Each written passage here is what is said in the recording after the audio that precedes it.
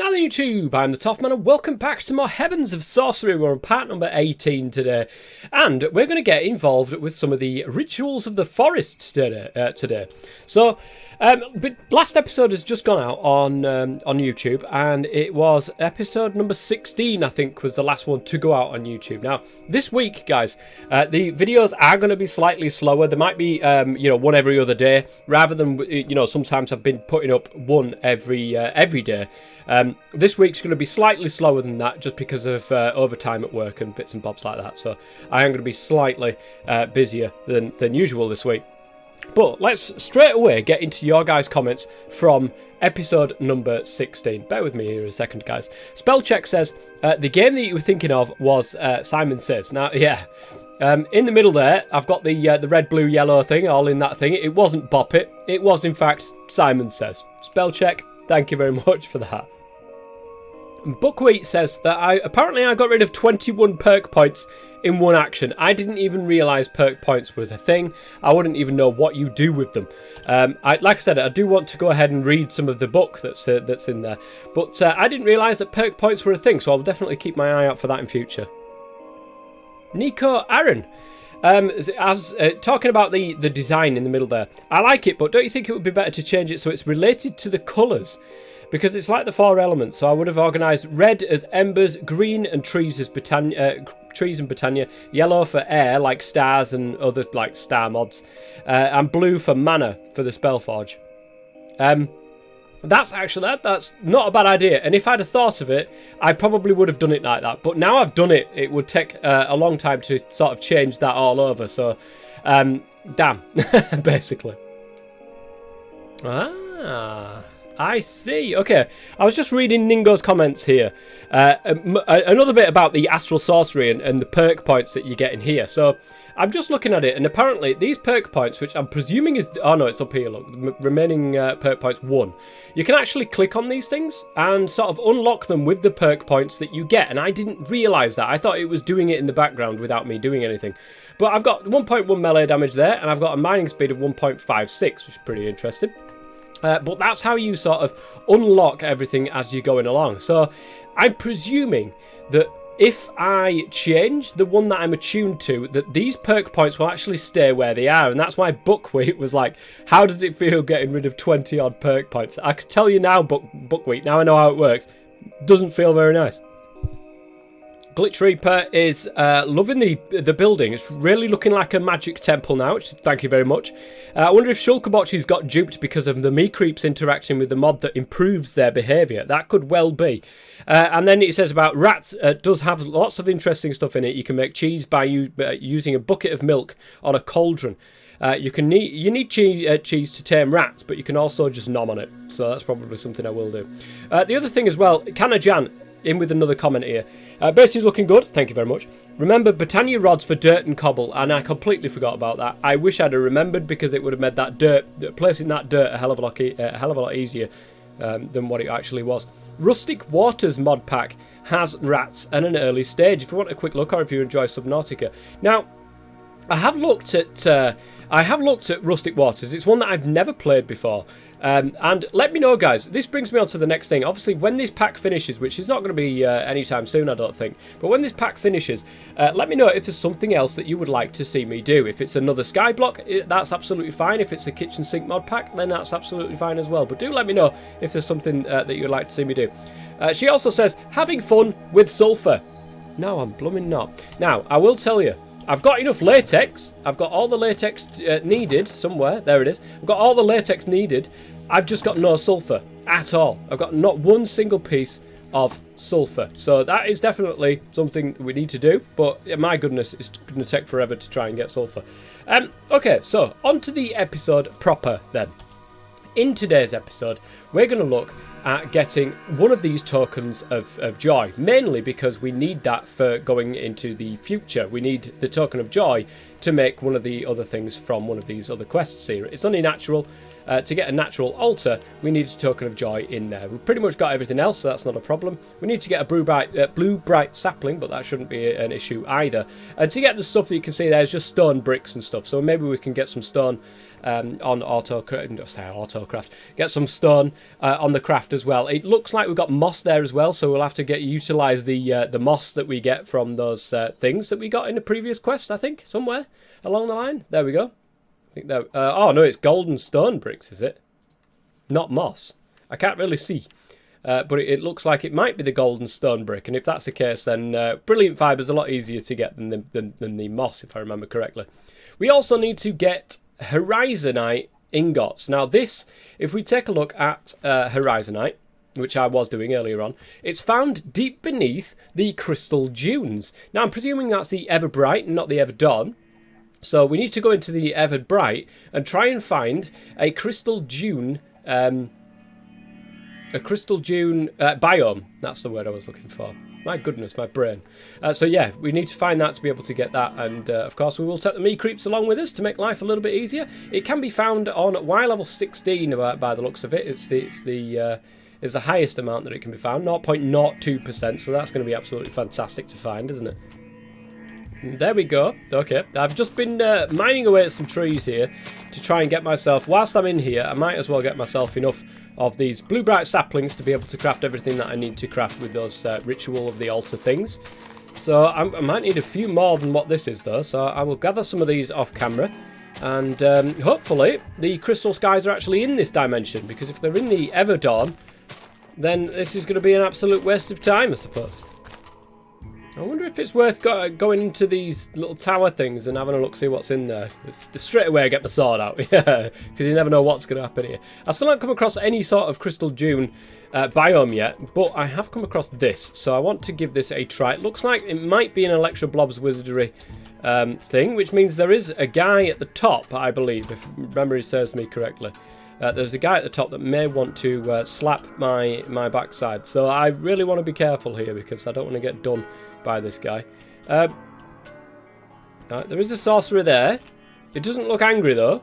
Hello, my friend. He gives me magical crystals for a spell book, by the looks of things. If I give him a spell book, he'll give me that. And we can also give him 5 emeralds, 6 magical crystals for a scroll of identification. Identifies an unknown spell book or scroll.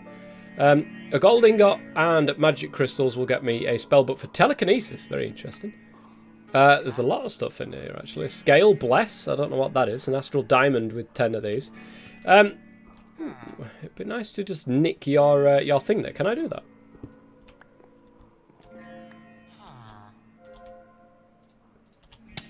Oh my god. I knew he was going to do something to me. He's coming for me, lads. He's coming for me. Kill him. I'm ever so sorry. I had to... Did he try and encase me in glass or something there? What is that? I don't know, but we do have an arcane workbench out of that, so... Okay, thanks, bye. Oh no, hang on a minute, guys. Look at this. Now, I really do thank this guy for all of his hard work there, giving me the stuff, but it's time to absolutely pilfer all of these books, because I'm probably going to need some at some point. What is this? It's slightly bigger than the other one, and we've certainly got some nasties in there. I don't think I brought enough torches for this. There's a guy there who probably wants to kill me. I'm going to drop a waypoint right here saying Everbright Tower. And we could probably come back to that at some point when I think I need to be a little bit more tooled up, I think. I haven't got any boots on today. I need some more boots. Well, I wasn't having any luck in the Everbright. I came into the Everdawn and pretty much found it immediately. Guys, this is what looks like... Oh my god. Oh, can we get another slime ball, actually? They're very rare for me. Nice, thank you very much. We've got 2, in fact. Nice. These are the crystal dunes, as you can probably see at the top right-hand side there. So it's found deep beneath the crystal dunes. These are actually raw moonstone blocks. Very interesting. Now, I want to go directly down again. And, guys, I'll see you at the bottom. Lunar stone? Like actual full-on lunar stone. Nice. Well, would you look at that? I'm literally just digging down in a straight line Wham bam, thank you, ma'am. Horizonite straight away. Okay, we're at Y level 15. I am going to go ahead and build out a tiny little room for myself. Lovely, some more Horizonite.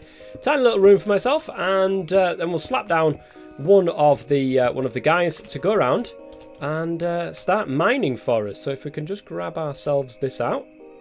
Must remember to pick this up so it doesn't get duplicated. Nice. And we'll slap this guy down right here. I know you are. There you are. Go ahead and do a 13 by 13, please, if you wouldn't mind. That would be nice. So I'm going to place down torches this time. Get the old F7 going and make sure that I don't actually have any blocks that aren't lit up, because I really don't want to deal with whatever's down here. After letting the me creep do its job, I didn't realise it actually dug so high. So it's got a 5 block height that this thing has been digging at. So that's great to know. It means that we can go down a little bit and still get enough. But I'm going to leave this room as is, and we're going to pop another waypoint here. Just say the Ever Dawn mine this time around. And then we've got something to be able to come back to. And then I'm going to go off in this direction, but I'm going to dig down slightly now that I know this guy can do a 5 tall radius thing. So it might be that we can find more stuff this way. Oh, he died. He died a hot death by the looks of things. Okay, we won't go this way. Well, that's one 13 by 13 room, guys, and not one single piece of Horizonite, other than that one I so happened to dig down upon, which has to be one of the most luckiest things I think I've ever done in my existence. So yeah, another 13 by 13 room incoming, guys, because this one gives us absolutely nothing. We have been getting some Charoite though, so at least that's something. Is it Charoite? Charoite? I don't know, but we've been getting some of that at least. Oh, guys, my me creeper's knocked into what looks like a cave. And I've managed to find quite a bit of Horizonite in here. So there's another couple of bits there. There's absolutely nothing where he's digging, as per usual. I've run out of torches as well, so this is highly dangerous. What I'm going to do is I'm going to just get the bits and bobs that I can. And I think this will do for the moment. I don't think we need any more than what we currently got. So, ooh, at least they're giving me three in that vein. But yeah, I've been doing this for quite a while, and I realised halfway through that I was actually digging into the... I was digging the wrong direction for some of that. So yeah, that was highly annoying. But, ooh, more. Lovely. Okay, 9 pieces should do me for the moment. I'm going to go ahead... oh no, I've already got a thingy there, haven't I? So we can leave all the rest of this in the walls, and I'll meet you back home. Now, whilst I'm here, I am going to nibble away at some of these to be able to get that that death counter at the top there down. Hopefully I can find a stone tree berry, anything else. Like, we've got given these as a reward, but if we can actually find some of that in the Misty World, that would also be nice. So, Horizonite, is there any way of... Can we double this? No, we can't. We literally have to just smelt it, that is it. I don't know about you guys, but a bottle of cork... Bottled sunlight. It's as easy as that, guys. That's all you need in the world to bottle. I knew I had some glass bottles in here somewhere. I tried to find them earlier and couldn't see them. I knew that all you had to do was open a bottle and then stick a cork on the top, and then suddenly, there you go. Bottled sunlight. Alright guys, I'm not entirely sure if this needs to be done in the Everbright, or you can do it in the Overworld. It just uses this sapling. We're going to give this a try anyway. So the sapling goes in the middle there. We surround this with gold powder, as you can see in this configuration right here. And then we place the blocks all around the edges. Now, I don't think this ever moves. These wooden stands don't ever move, so that we can constantly use this area over and over again. Nice, we got the little ding there. I think that what does get used is the blue bright sapling and also this gold powder, but we'll have to keep an eye on that. So, we need the bottled sunlight, a mystical flower. I'm presuming there's no actual way of putting this together. So there we go, we've got everything there. And what does it tell us to do? It's not required to have all wood stands. The gold powder will be consumed. Okay, that I did read that right. So how do we set this off? Creating wooden stands. It focuses the latent power of the trees for this. Surrounding a sapling. Okay, I've got... Maybe it does require it in some form of order. So we've got bottled sunlight, illumination powder, and... let's just grab all of this off here. So bottled sunlight. I just got these the wrong way around. So illumination powder and that. And then opposite that we've got the horizonite in the middle. Opposite the bottled sunlight we've got the gold leaf. And then it must be the turquoise gem. Do we right click this? It didn't. Does it tell me? With gold leaf in hand you can prepare a site for rituals. Yes, I get this. Okay, gold leaf, fantastic. It's great, but how do we actually do this? If not, it is not required to have all wood stands present. I'm well aware of this. Blue bright sapling. It's definitely a blue bright sapling, wasn't it? Blue bright sapling from Blue Skies. I've got everything here, guys. Don't know why it's not doing anything. Ah. It actually needs to be a fully grown tree. That I didn't know. But there we go. It's taking the stuff. Okay. Oh, I used the entire tree. Brilliant. So we need to replace that every time as well. So we do need more of these blue bright saplings. But in all fairness, I think there's quite a lot of the blue bright all around the place, so that we can definitely get a lot more of that. The gold leaf is going to be, or the gold powder should I say, is going to be a little bit harder to get. But other than that, we've got our first thing, which is the token of joy right here, which is fantastic. That means that we can get ourselves this natural altar. So the natural altar is going to require one of these tokens of joy, 3 holy stone, a dark side gemstone, and a gold leaf. We've got all of this. Let's get it set up and let's get it going. I'm wondering if you can just place them in any old sort of format. Let's have a gander and see if that is actually the case as well. We don't have to have it exact. Let's bone meal the tree. And there we go. It seems to be doing something, so it seems that you don't need it in any sort of format. You can just shove it around and everything will work out quite nicely. So that should then pop and turn into the ritual altar, or whatever it is that we need. What was it called? Natural altar, that's the one. And we need a whole load of different like stone bricks for that, and then this gold leaf stone bricks and stuff. Right, it's got the stuff. It's burning away at the gold. It seems like the more complex recipes do take a little bit more time. That previous one didn't take anywhere near as much time. So hopefully, anytime soon, come on, you can do it. Got full faith. Fantastic. That's a nice little mod, actually. I've never heard of Nature's Aura in my entire existence. However, the particle effects and all, just the mod itself is actually pretty decently set up. I like it. However, it does seem to me that this does not need to be in the Everbright. I will try this in the Overworld. Mainly because I'd like it to be in the Overworld. I keep getting slapped by everything, by all of the wildlife, and also those guys that split into like 17,000 different guys. So I don't want to try to do that in here, possibly. I just need a lot more blue bright saplings. Hopefully I can do it in the Overworld. We'll try on the next recipe. Right, I'm going to make a couple of iron plates here. That's because I'm after something. It's called the Automatic Breaker from Embers Rekindled. I need a lot more cobblestone than what I've currently got. And I don't fancy just sitting there with my pickaxe doing it myself. So, there's this Automatic Breaker. I don't know if this actually works. It's fully going to be just a test of whether or not this actually does. Will that just go straight from there? Or have I literally just melted it down and it's put it into there and it's going to do nothing with its life? That is a question. I don't know if there's anything actually in there. Okay, it seems that you can't have it going into the mixer centrifuge first, so I've moved it around so that we've got it just going straight into here if we want the iron. I'm going to have to do 2 separate setups then. I think we need 3 melters, one that will just melt normally and put into here, and one that obviously puts straight into the mixer centrifuge there. So I think we're going to need to make yet another melter at some point soon. However, today is not that day. We're going to remember that there's some iron in there, fingers crossed. Is iron actually used for anything in the mixer centrifuge? Let's have a quick look. Melting recipe, mixer. I don't know if it is, you know. That's a bit weird, that. It might I don't know where it is. Maybe it is in there? I don't know. I literally don't know. I don't fancy breaking that because it's got all the ember in the top of there, but something to keep in mind for future reference. Let's make sure it's all off so that we don't mess it up for next time. And we've got our, oh, we should have when I do this, there we go, our 2 iron plates. Let's give this a try. Does it require ember to work?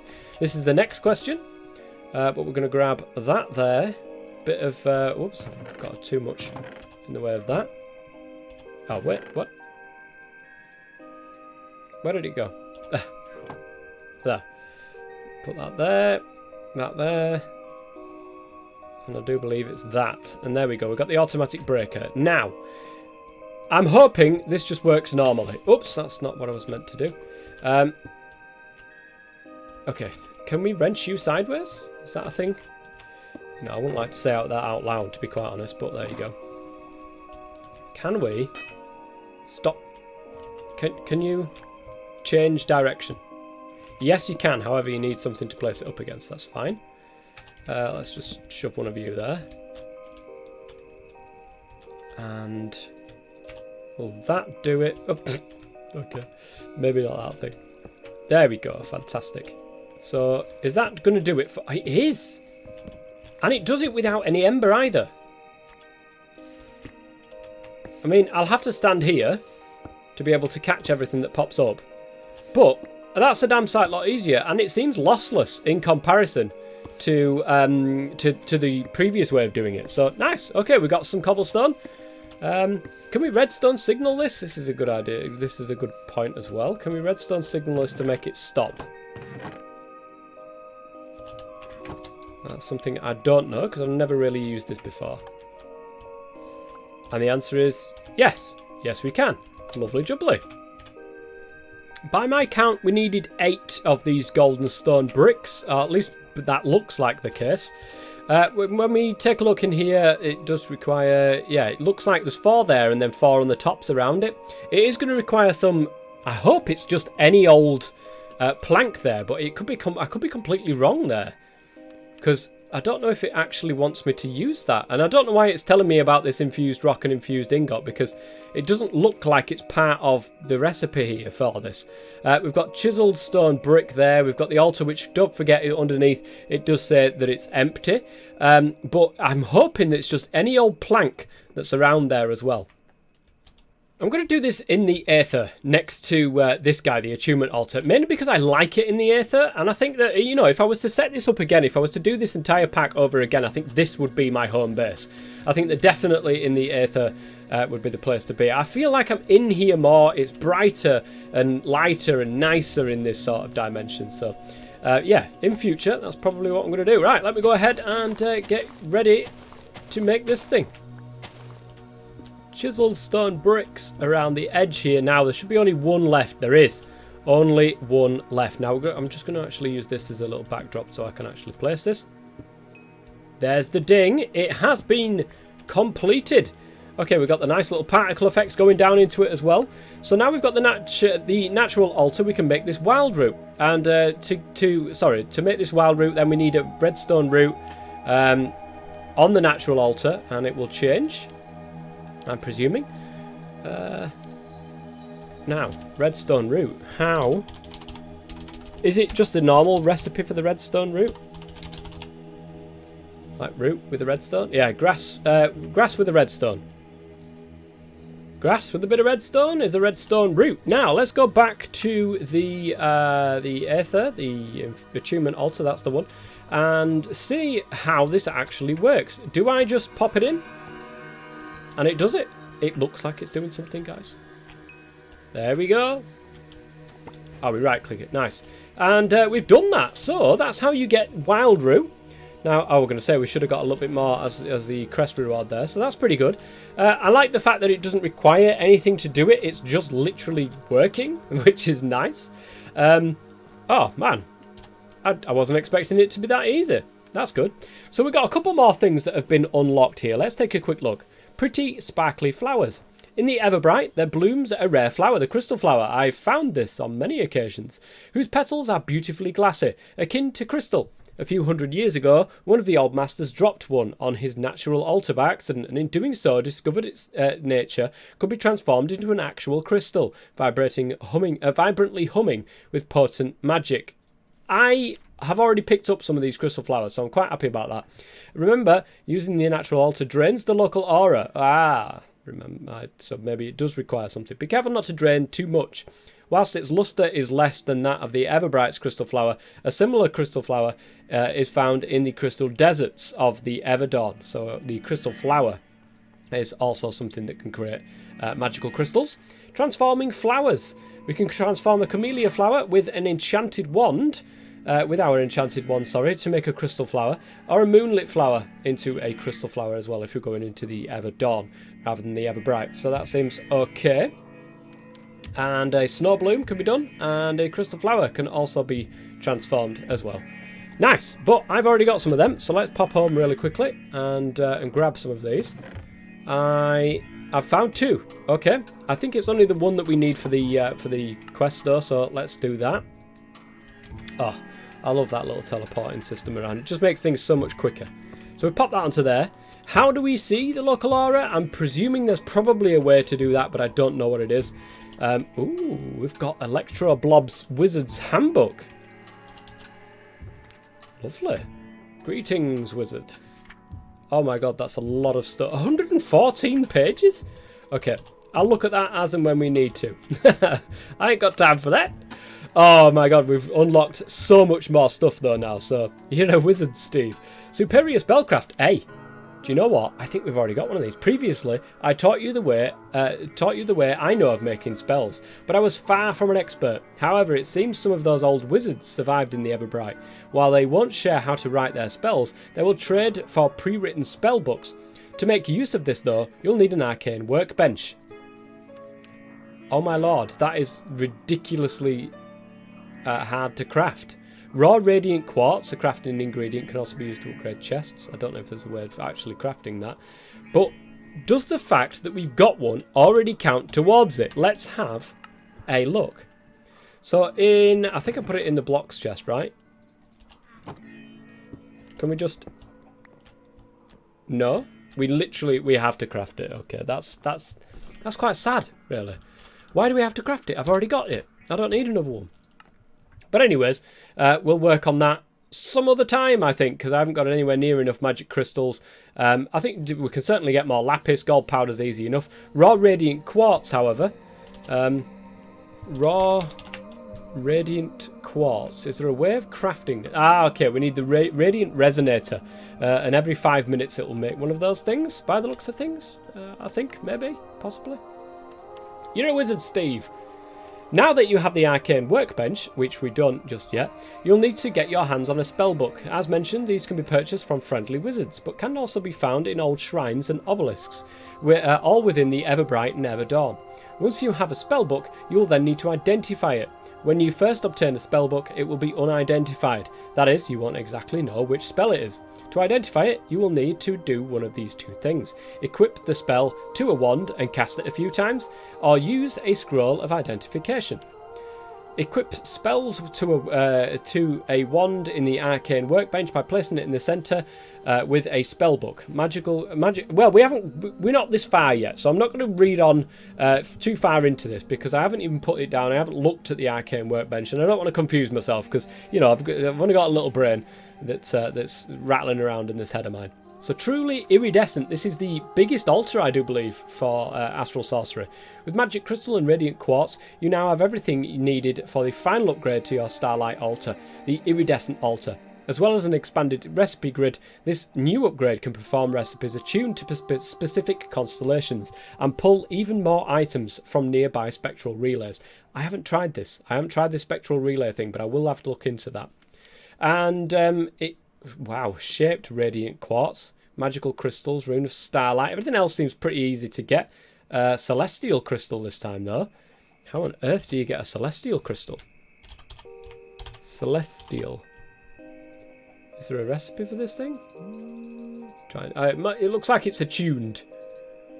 That's an attuned celestial crystal. I just want a normal celestial crystal. But apparently I think there is no recipe for this thing. So I don't know how to get it. Don't know. But that's what the iridescent altar looks like, and it's starting to get a bit of a roof on it now, which is pretty cool. And the last one, gather around the fire. With a natural altar built, we now have the means to prepare some devices of natural magic that have more direct effects on the world. This is done with two things. First, the pyre, which can serve to recreate many rare reagent plants and operate various rituals. Secondly, the imbuer, which can modify spell dusts or apply them to staves. Interesting. Imbuer, pyre, we get spell dust, all that sort of... Ooh, a component pouch. Nice. So that's how we make a power. We need lots of tokens of joy. I'm seeing by the looks of this, and we need some of that infused rock, which it's already showed us how to make. Terramos, which we already know how to do. Infused rock, the lunar sapling this time. There's different saplings in the middle. A token of sorrow, that will get the imbuer. A pyre ritual. Okay, it looks like to get a pyre, you've got to do it round this fire. Or a fire? I don't know. And then there's a whole lot of pyre rituals, actually. Oh, do you do it in the pyre and then, you know, you put the stuff around the pyre and then set it on fire or something like that? It's a type of pyre ritual. Okay. For my next trick, I'm going to make Dawnstone. Okay, it literally is 1 gold and 1 copper. I think should make 2 Dawnstone. I could be completely wrong here. So everything's melted down. I did have to pick this up, unfortunately. The iron was still stuck in there. So we should be able to... Is that off? Yeah. Open that up. Open that up. And it should now mix up that into some Dawnstone for us. Has it finished already? I think it has, you know. That looks remarkably like... Well, it looks like copper. But it isn't. It is, in fact, Dawnstone. Fantastic. The reason why I want Dawnstone, guys, is to make this Radiant Resonator. And I think once we've made this, that'll be the end of the episode there. So we needed 1 Dawnstone ingot. We need some Resonating Gems. We need all the stuff we've already got. So once I've got everything, I'll meet you over in the Everbright. Oh, no, I've got it in my inventory, actually. I'll try it over here first. Possibly over there. And, yeah, we'll give it a try. First time using the Starlight Infuser to make this Resonating Gem here. I'm presuming that this gets used up as things get crafted. I'm presuming that. I don't know if that's actually the case here, but we just come over here, we slap it with a wand, and it seems to make a nice Resonating Gem for us, which is pretty cool. And it does look like the water level, or the mana level, is going down, so we will have to keep an eye on this in the future and make sure that we get this... up. Oh, that reminds me, actually, guys. If this is a thing, it actually is a thing, guys. Okay, you can get hammocks, and apparently these hammocks will allow you to sleep until night time, so we don't have to keep waiting for night all the time. I can't remember who commented that, but thank you very much for that comment, because I will definitely make one of those. When it comes around to doing the Starlight crafting and getting around to the night times and stuff like that, that is going to be absolutely key. So guys, get yourself a hammock. I don't know if you've got to put it between 2 trees. No idea. It would make sense to, but we'll see. Right, the Dawnstone ingot is the last thing to go on to here. Now this should work. It says any container with 1,000 mana in it. Now that should work. So, well, it's definitely doing something here, which is great. I should keep one of these. I've got one of these here, but I should start growing this and getting as many saplings off it as I possibly can, so that I don't have to keep going back to the Everbright. But this should give us the resonator, or whatever the heck it was that we was doing. The resonance. There it is. We've just managed to squeeze it into this part of Britannia as well. It's not going to stay here, guys. I can promise you that. I just wanted to see if it would work in the overworld, and it does. So I'm quite happy about that. So this resonator will then make resonant crystals, raw radiant quartz. Do we need to put anything in there to be able to make it? Now, it says that we can just plop this down. Generates raw radiance over time if the block above itself is open. So if we slap that down here, it will... Whoa. Did I get given another one? As a reward? Let me have a look. Because I literally did get another one. Okay, yeah, we get 5 Radiant Quartz as a reward. And we also get Tome of Arcana. Provides documentation for arcane archives. And that is right here, actually. So, ooh, this is a cool looking block. So we've got blocks, items, arcana, and arcana, whatever you want to say, and concepts. Blocks, raw radiant quartz, I thought it was doing something then, but literally, it's just the torch in the background. It doesn't look like it's doing anything. What raw radiance? Raw quartz. So found in the notes. Water goes in. Does water go in? I mean, it looks like water's already in there. Radiant resonator produces a cluster of raw radiant quartz in the block above itself once every 5 minutes. Once quartz is produced, the process halts until the block above the resonator is cleared. You can only place up to 3 radiant resonators. Any further resonators you attempt to place will pop off, and any resonators placed by automated means will destroy themselves. Placed by... okay. Radiant resonators only run while you're online, even if the chunk is loaded. Okay. What I'm thinking, and being cheeky about this, guys, I don't know whether or not this will actually work. But I suppose I need something to pick it up with anyway, so it might not work. But the block breaker that I got earlier, I'm wondering if we could create a couple of these, guys. And use that to break the crystals that come off on top. So we're online, and the chunks are loaded, but we don't have to babysit it. Do you know what I mean? We don't have to come over and manually whack it. I don't know if it'll work. We'll soon find out. Even if it did, it would pop it off, and then obviously the chunks are loaded anyway, so it'd end up like despawning if we don't get to it in time. So what I'm going to do is just place this up, I think, like this. We're going to pop it onto here so that it will do that if we want it to, and I'm going to put the lever on this side here. I'm going to stop it though for the moment. I want this to grow first. I'll leave them both. I'll leave one that's not automated. I'll leave one that sort of is. And we'll see what happens there. But that's going to be it for today's episode, guys. We've got quite a bit done, actually, today. We've got the ritual altar up and running. We've got the earth, the nature altar up and running. We've got the resonating crystals resonating away, making us crystals. And that means, of course, next episode we can come back and we can get on with some of the... Ooh, we've got a cut and polish. We'll have a quick look at that. Raw radiant quartz is pretty useful by itself, but if we can refine it further, it'll be significantly more so. To do this, we'll need a specialised gem cutters table. Okay, this is a crafting station used to shape radiant quartz into more detailed shapes, and actually some of this we do need. I think we needed for the iridescent altar. If we have a look back, that's something I really want to get into next, is the iridescent altar. Yes, the shaped radiant quartz, we need both of them. We need some more magic crystals as well. A celestial crystal I'm not entirely sure on how to get. But the other things are pretty straightforward to be able to get. So we shouldn't have too much of an issue with that. Okay. So until next time, guys. If you've enjoyed it, please go ahead and leave a like. And I will see you guys next time. Until then, I'll be the Toff Man as always. Stay safe.